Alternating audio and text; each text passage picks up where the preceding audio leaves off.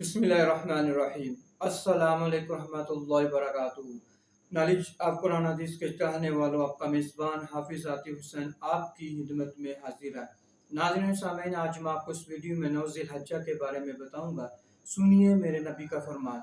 आका अलैहिस्सलाम से यौम अरफा के रोज़े के बारे में पूछा गया।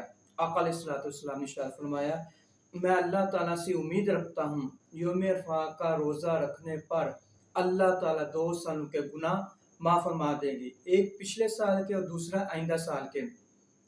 नाज़रीन सामीन, ये दिन हज का सबसे अहम दिन है। ये 9 ज़िलहज्जा का दिन है जो अय्याम इबादत में सबसे अफजल है।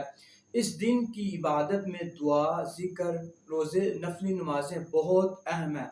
नाज़रीन सामीन, अल्लाह रब्बुल इज़्ज़त से दुआ है कि हमें आका अलैहिस्सलाम की तालीमात पर अमल करने की तौफीक अता फरमाए।